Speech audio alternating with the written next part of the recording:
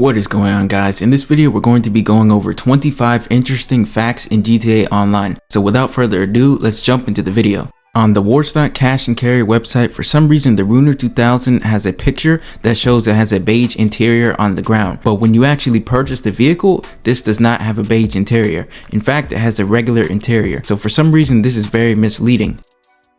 If you drive on East Joshua Road towards Sandy Shores, you're actually going to see this juice stand. It's going to have this huge orange ball on the top. You're actually able to interact it by shooting with it. I'm not sure if you can get a kill with this, but maybe you could.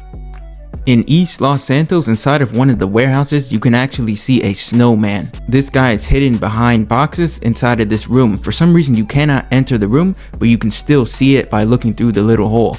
This is a small little Easter egg and I'm not sure what this even means. Somewhere in Blaine County beside the highway, you can actually see this huge purple dinosaur. It looks very similar to the Barney dinosaur from the children's show. It's even holding a hot dog, which makes zero sense. On the street called Low Power Street, there's actually graffiti and it looks exactly for the OG Grand Theft Auto. As you can see, it says Los Santos, but yeah, it shares the same exact font that Grand Theft Auto 1 used, which is also pretty cool. And it's a nice little Easter egg. But yeah, this doesn't really mean anything, but yeah, now you know. On the street called Forum Drive next to Franklin's original house, you can actually see this little Easter egg that says welcome back to San Andreas. This is a little Easter egg welcoming players back to San Andreas. Inside of the Yellow Jack Inn diner, you can actually see a coat that looks very similar to Nico Bellic's first jacket from GTA 4. They do kind of look alike in my opinion.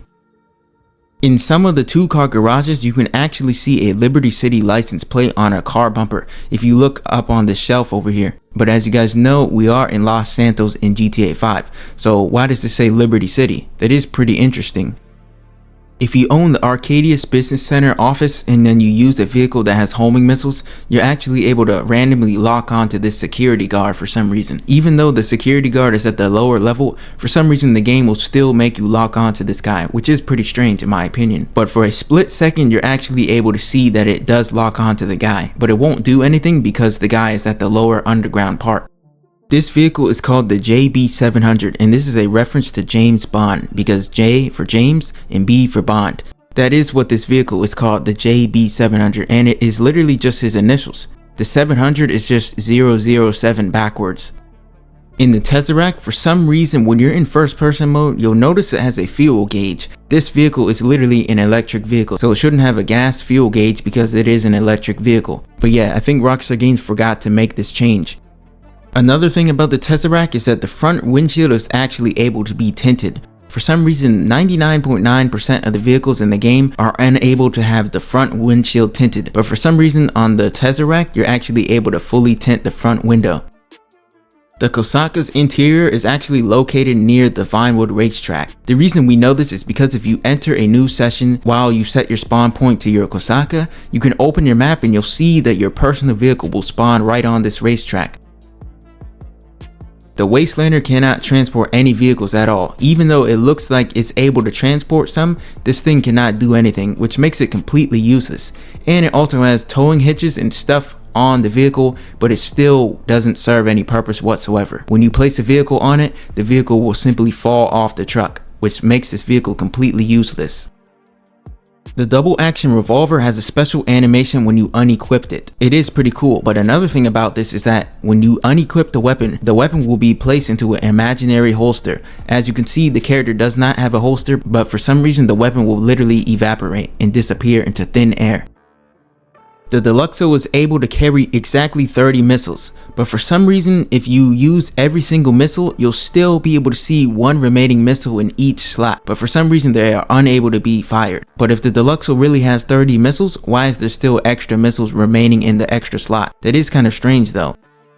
Inside of the Strongberg, unlike most of the vehicles in the game, when you honk your horn, your character will move their hand and you can visibly see them honking it.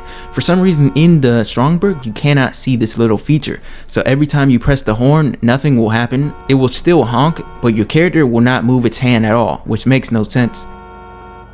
In story mode, you can see Franklin's license plate will say FC 1988. Even though the game never mentions his date of birth, for some reason the license plate will show it. Does this mean that he was born in this year or no?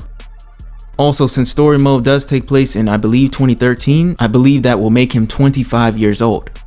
The San Andreas Flight School actually was established in 2004, which happened to be the same year GTA San Andreas was released. Although this doesn't serve any purpose, that is pretty interesting in my opinion. I just found this out recently.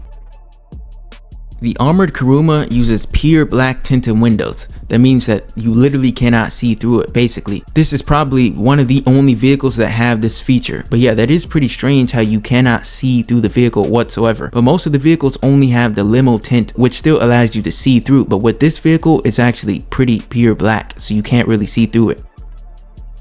The Sterling GT has the option to add extra lamps onto the vehicle. Even if you shoot them repeatedly, the lamps will never visibly break. But if you enter the vehicle and turn the lights on, the lights will still not work, which means they are broken, but they aren't visibly broken. Hopefully that makes sense.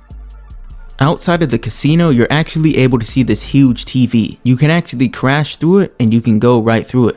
But there's one that is towards Los Santos International Airport and the glass will not break if you try to crash into it. It will break if you shoot a missile through it, but you are still unable to drive right through the TV for some reason, even though we blew up the glass. This doesn't make any sense whatsoever. But yeah, I think there's an invisible wall on this stopping us from being able to go through the TV.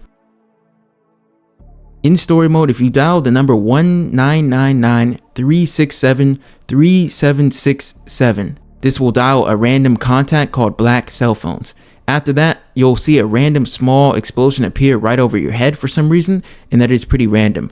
If you open up your phone, however, the phone color will be changed to black, which doesn't make any sense whatsoever. That is pretty strange, but this is only available in story mode, I believe. Inside of Blaine County, there's an area called Stab City. You can see one of these pickup trucks that have been destroyed. It has a real life license plate that says California. As we know, GTA takes place in Los Santos/San Andreas, so there is no California in GTA, but for some reason the license plate does show California, which is pretty strange. This must have been left over and Rockstar Games might have forgot to fix this, or maybe this is intentional, who knows.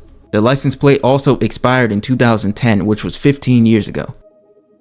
Right outside of Rogers Salvage Scrapeyard, you can see this little tank right here. This is going to be a destroyed T-34, which is not even able to be purchased in GTA. But yeah, this is a very, very different model from the regular Kanjali and the Rhino tank in GTA Online.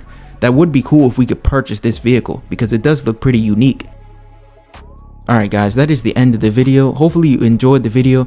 Please leave a comment down below. Thank you for watching and consider checking out this video on your screen. And also thank you guys so much for 2,000 subscribers. You guys mean a lot to me. Hopefully I can improve these videos and make better videos. But yeah, anyways guys, have a great day.